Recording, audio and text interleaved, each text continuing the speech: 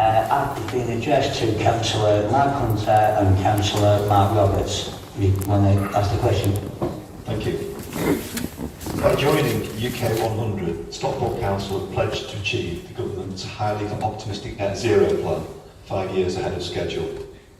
The lifestyles of an unsuspecting public may be profoundly affected, but how will the Council make us aware of the specific new measures to achieve this?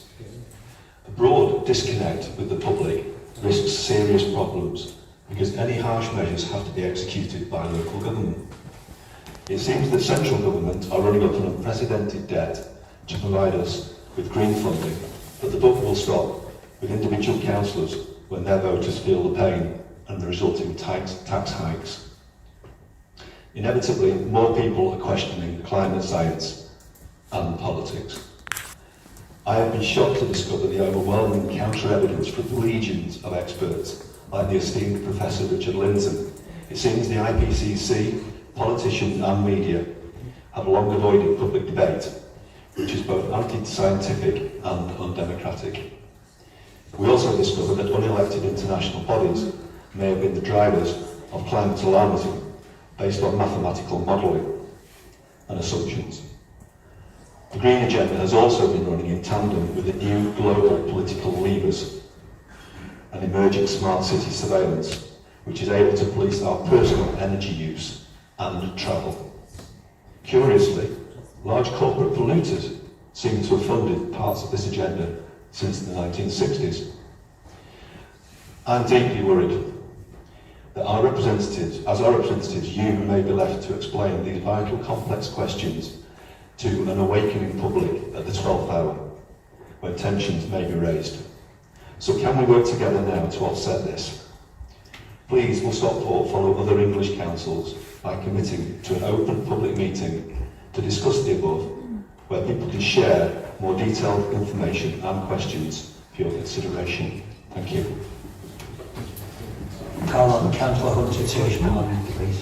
Thank you, Mr Mayor, and thank you to Mr Hatton for the question. I fear my answer may well disappoint, because what seems to be behind the question is whether or not I'm prepared to sanction or indeed spend public money on creating a platform for those that would deny climate change is the biggest reality facing the planet. It is not my intention to spend public money on such a course of action. Much as I respect all opinions, I think it is beyond reasonable doubt as to which side the science is on this, and the growing emergency that we are trying to tackle locally as well as nationally and internationally. My colleague Mark Roberts, the Cabinet member who is responsible for this area, will answer more fully, but that is what I wanted to put on record. Thank you, Mr Mayor. Councillor Roberts.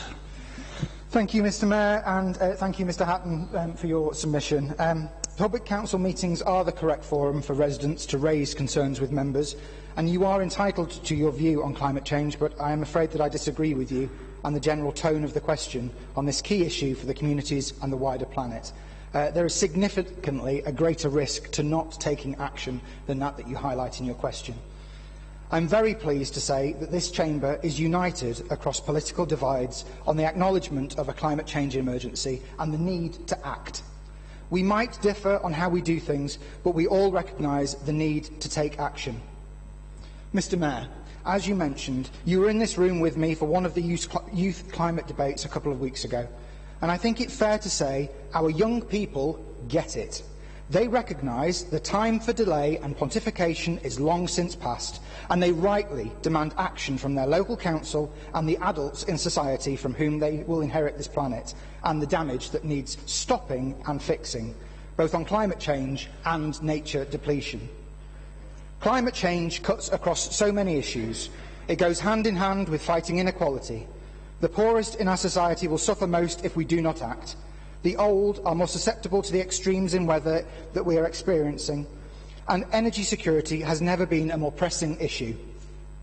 The overwhelming body of evidence from practising climate scientists across the world indicates an extremely serious threat to society from climate change, And if we don't mitigate greenhouse gas emissions and prepare to adapt to the climate change that is already happening, the costs to society, both financial and social, will be far more if we delay action any further.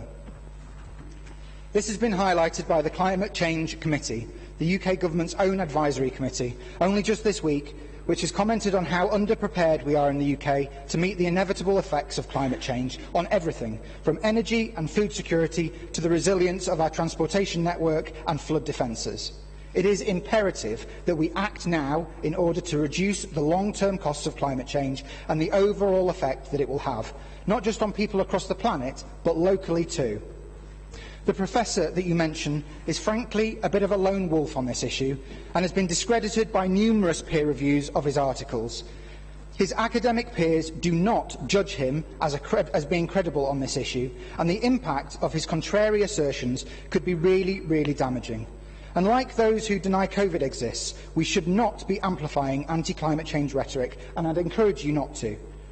It's expected that the costs of not acting now will be more than tenfold in what will need to be spent to adapt if we allow climate change to continue to spiral.